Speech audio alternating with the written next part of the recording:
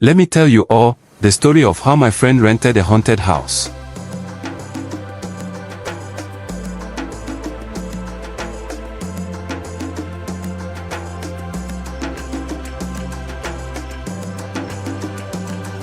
I once accompanied my friend Peter to see a house which was recommended by an agent. When we entered the mini estate, I could sense class and posh. The whole place was beautifully floored with artistic walkways and well-tended flowers. We saw a few ladies and greeted them, but they literally replied to us through their noses as they walked away. It was not hard to notice that it was a kind of rich people's estate where people minded their business and rarely had time to say hello. When we got to the flat he was intending to rent, I suddenly began to feel uneasy. My head began to swell, and I was feeling cold and hot at the same time.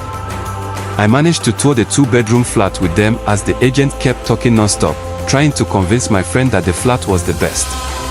Indeed, the house was cool, with beautiful wardrobes, a nice kitchen cabinet, a water heater, and others. It even smelled of fresh paint, but something was off.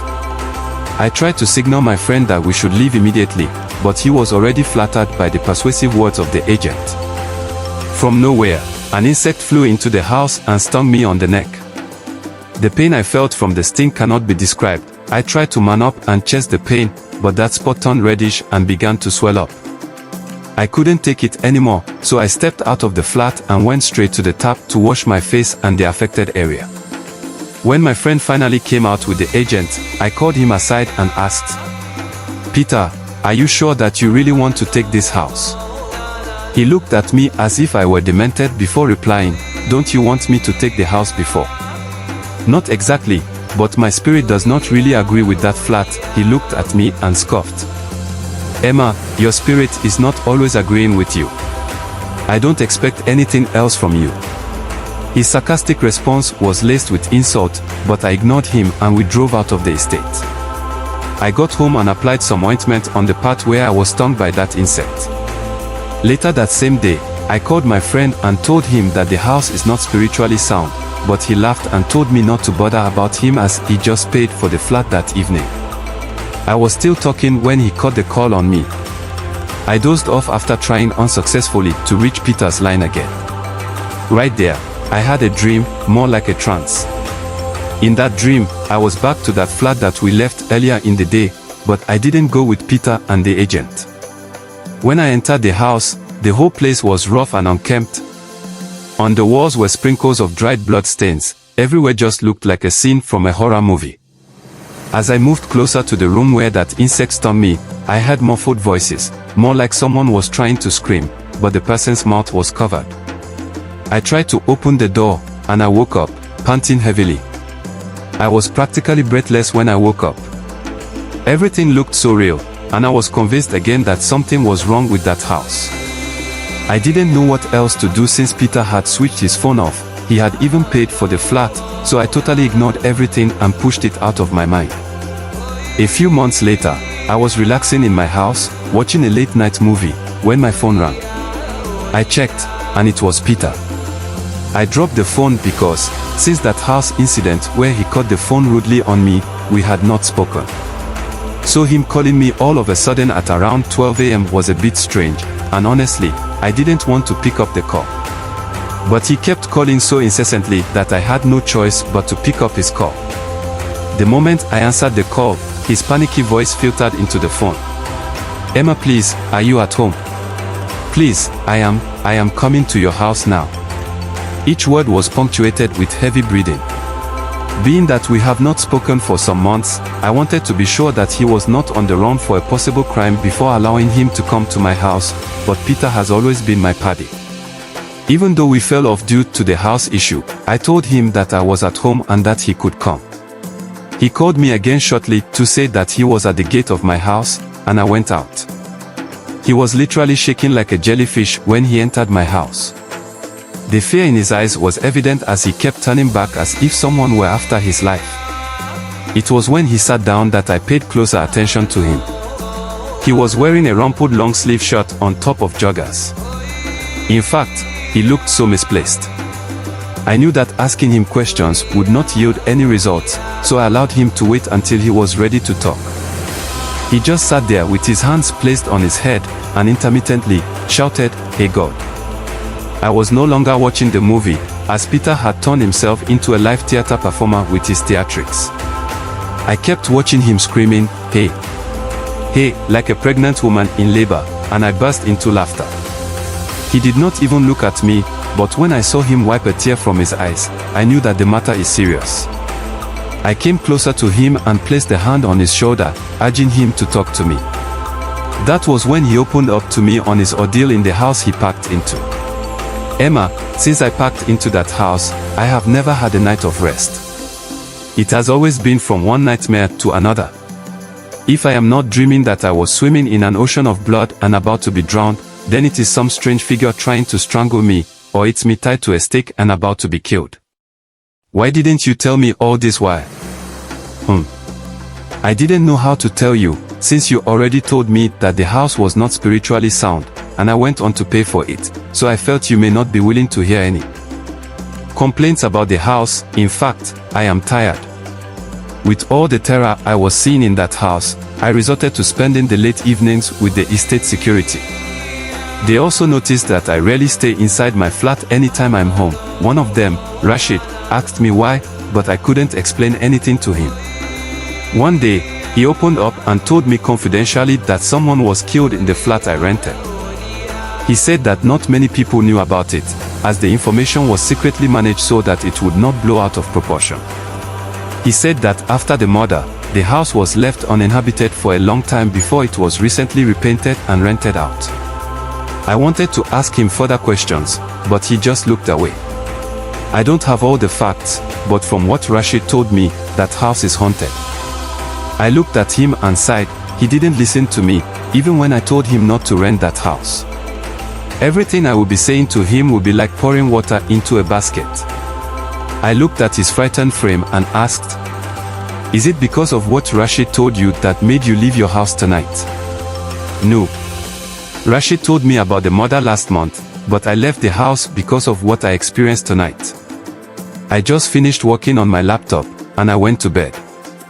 I had a nightmare where I was being flogged by a hooded being.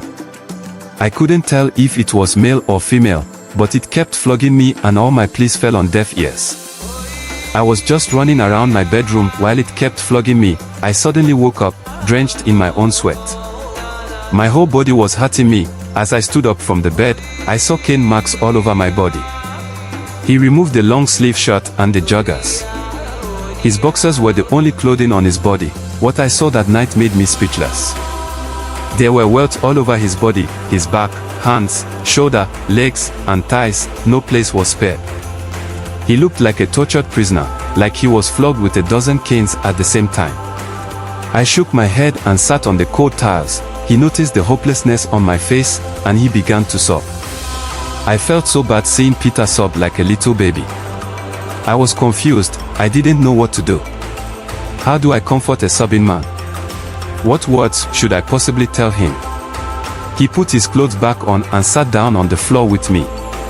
We were both staring into space, each man lost in his own thoughts.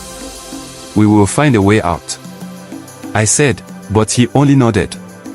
I stood up, entered my room, and brought 2 pillows and a blanket. "Guy, it's like both of us will sleep in this parlor tonight." "No.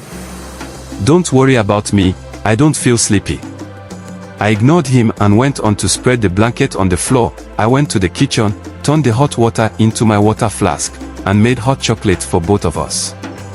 When I re-entered the parlor and handed the cup to him, he politely declined the offer. I dropped his own beside him.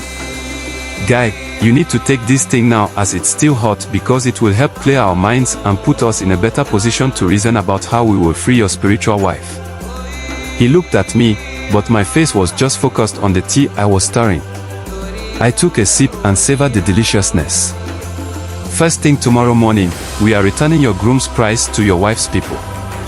I took another long sip and said, "I know you don't cook in your house, that is why your spiritual wife is angry and trying to beat the craze out of your body." Peter began to giggle softly and later laughed out loud. I pointed to his tea and urged him to take it. I told him that I have cabin biscuits in the house, and he said I should get some for him. I brought the whole pack and he helped himself to a generous portion. By the time we were done eating, his mood was lighter. I was happy I said those humorous things to him.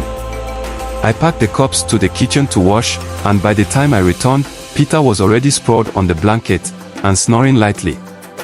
I watched him sleep for close to an hour, and he was sleeping soundly. He wasn't restless at all, so I knew that the problem was from the haunted house. I later slept off, and by the time I woke up, it was already past 7 a.m. Peter was still sleeping soundly, and I left him to freshen up. Thankfully, it was a weekend, and there was no need to rush to work or anywhere. I prepared yam and egg sauce for us. Peter woke up around 9 a.m. and yawned.